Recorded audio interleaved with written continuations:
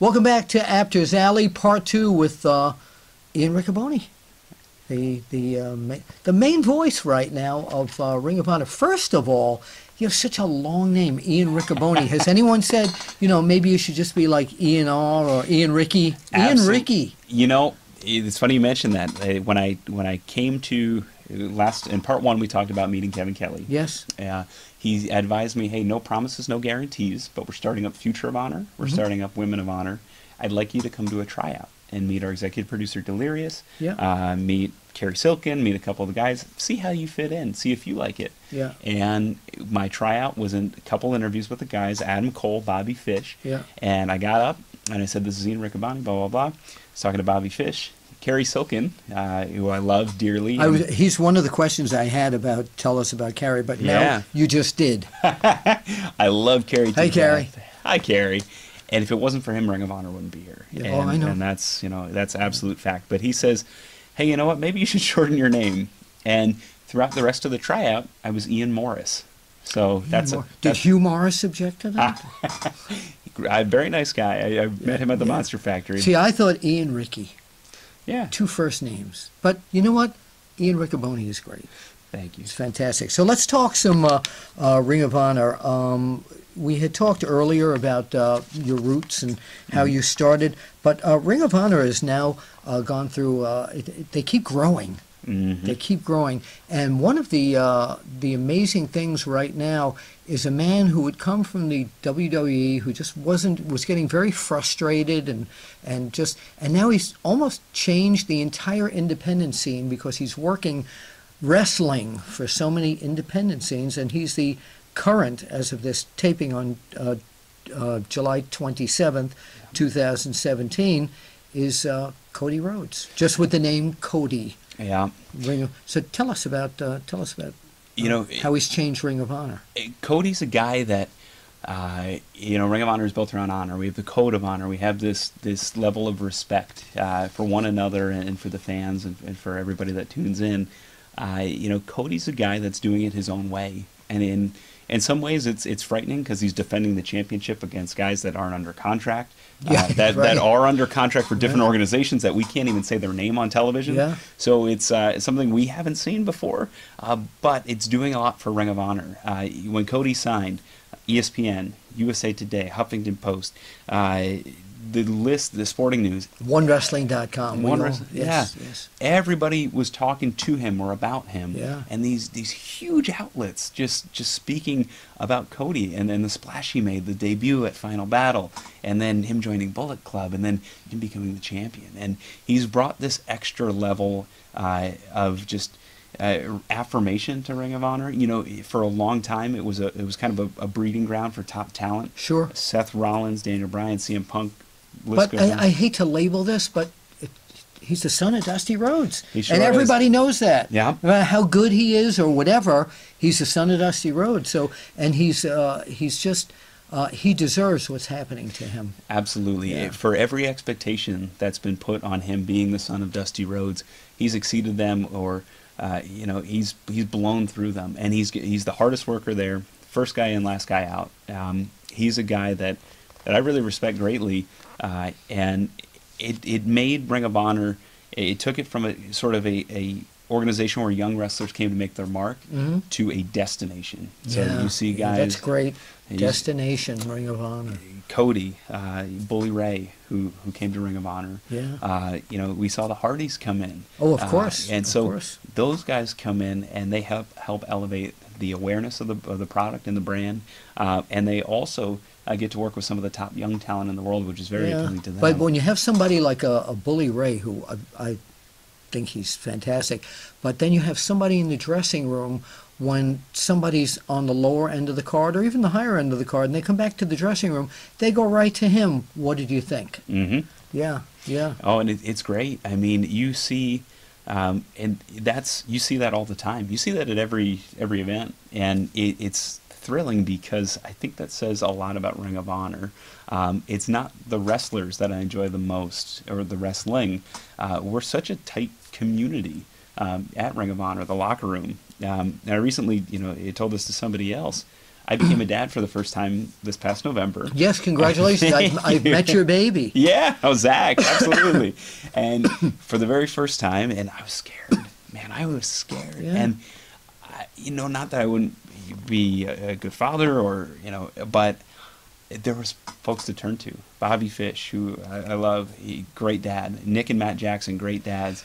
And there's kind of the built-in support group. Oh, of course, it absolutely is. But if one of them goes, just slam the kid when he's crying, you don't want to listen to that. So you brought up your tag team champions, the Young Bucks. Oh, talk to them about the Young Bucks. The Young Bucks are the most innovative, cutting-edge team that I think I've ever seen, and I think they do things at such a high level where they're playing 3 or even 4-dimensional chess. Mm-hmm. They are so introspective and so just on top of their game, where everything they do, whether it's their athleticism, their gear, the way that they market themselves, just puts them on an entirely different plane. And I remember when I first got my first DVD, straight to DVD assignment, or VOD assignment for Ring of Honor, the thing I was most excited about was being able to call a Young Bucks match.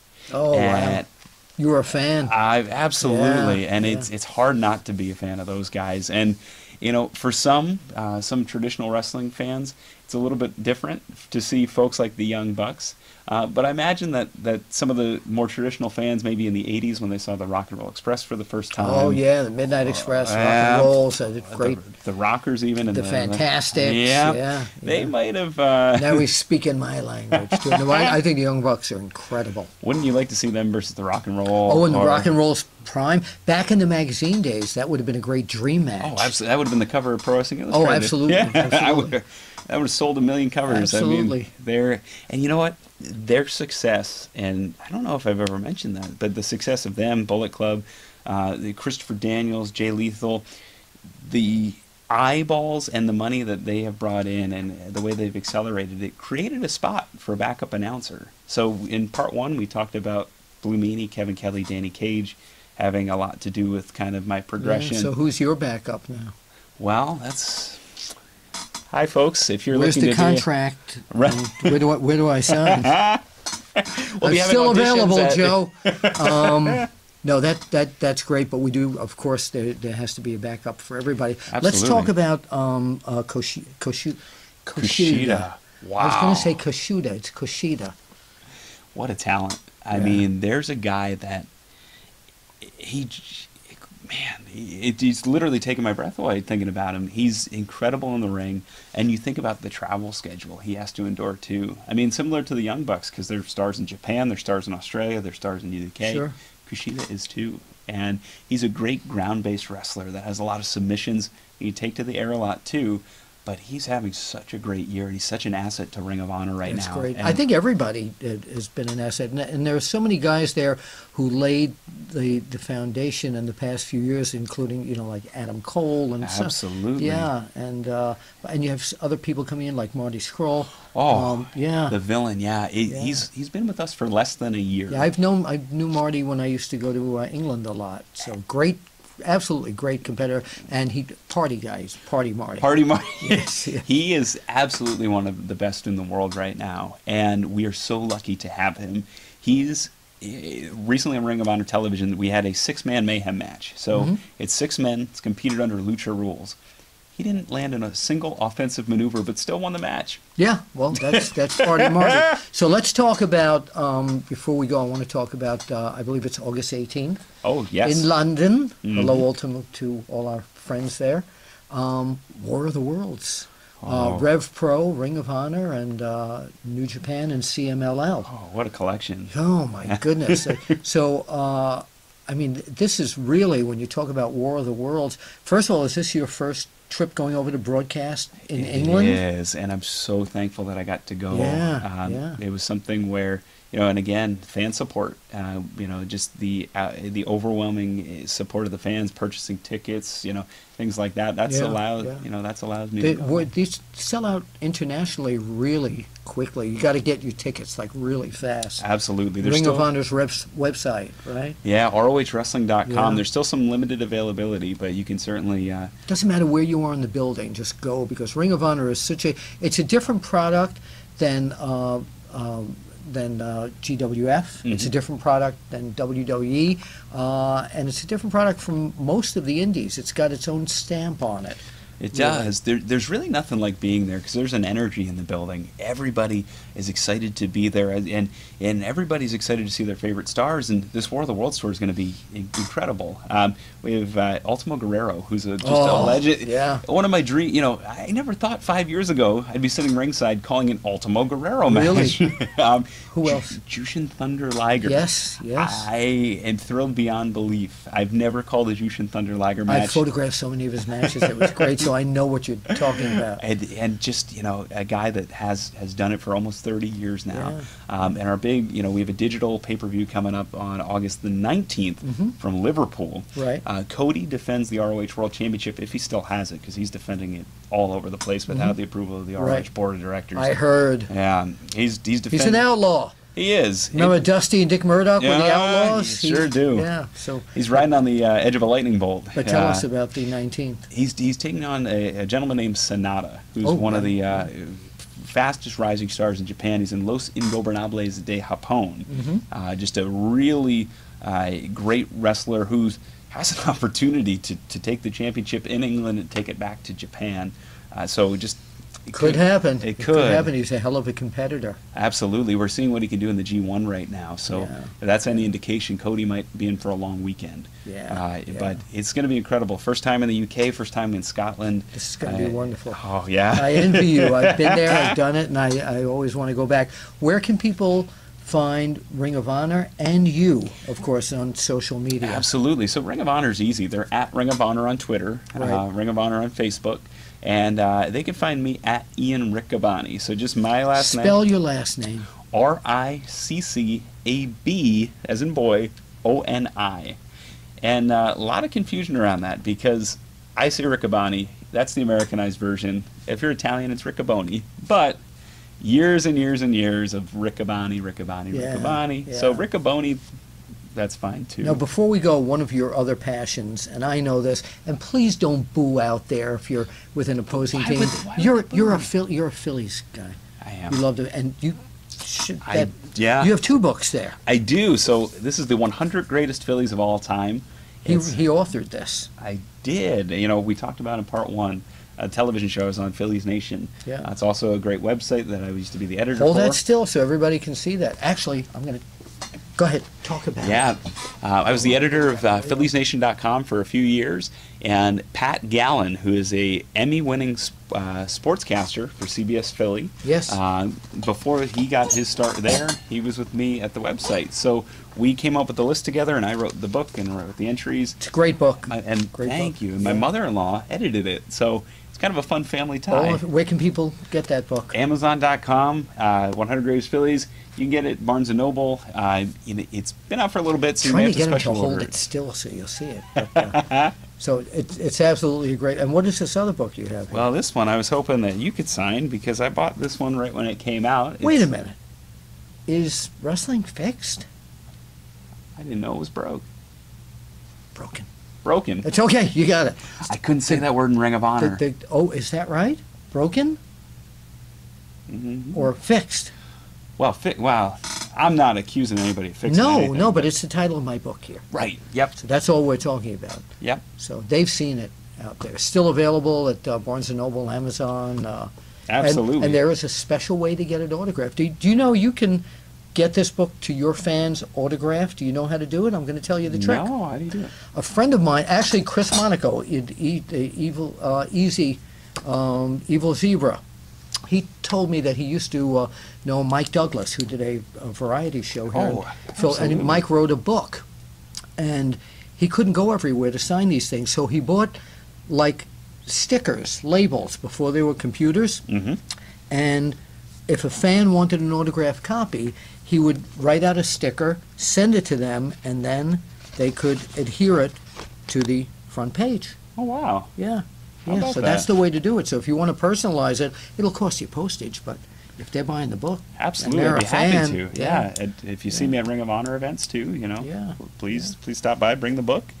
Appreciate it. Well, I'm so glad to see you, and I'm sure I'll bump into you on at Mod Pizza Absolutely. and some of the other places that we bump into each other. And congratulations on the baby and Thank you. everything. And is there anything you want to say out to the people that are watching and supporting you? Absolutely. This is such a thrill to be with you, Bill. Well, likewise, likewise. You know, I read all of the Stanley Weston magazines growing up. Wow. And you know, and my mom can tell you she still has them. They're still Wow. boxed up and kept every single one of them. So Yeah. it's really a thrill to be with you here. Well, thank you. I appreciate it. I'm honored. Yeah, and you know, it's been wild, and I appreciate all the fans that have taken the time to come up to me at Ring of Honor events, because I didn't ever assume I'd be in this position. So it's very humbling. Here you are, and you're really good at it. Oh. But you know, everybody, when they're talking about Ring of Honor, there's one guy they always leave out, and there was a big controversy. But at the very beginning, RF Video, Rob Feinstein, was one of the pioneers of Ring of Honor, and you know, don't want to leave here without saying we're aware of that. Right. Yeah. Yeah. You know, and I think that to turn it on its head a little bit, I think that's why Kerry Silken was so important. Yeah. You know, Kerry's a great guy with a big heart. A tremendous music fan, of course, Jethro Tull being his favorite group. Yeah, yeah. I was named after their lead singer. Yes, I remember you telling me The that. Holy Trinity of Ians, Ian Right, Gillian, right. Ian Anderson, I Jethro remember you Tull, telling me that. Ian Hunter. But, you know, Kerry was kind of an angel that came in, and he put a lot of his own money and he put a lot of his own energy and time and effort to keep Ring of Honor open and as a viable place for wrestlers to make a great living. So, you know, for me, I see that as, you know, Rob had got us started, Yeah. and then Kerry really came through in the clutch, and now, of course, you know, Joe Koff as our COO at Sinclair. So we've had a succession of people in charge, and we've really lucked out, especially with Kerry and now Joe Yeah. Koff as well. So. Yeah. And then, you know, we're going way back with the company there. When the company first started, Gabe Sapolsky was another key player. Absolutely, and I haven't had the privilege of meeting Gabe, but Wonderful he's, guy.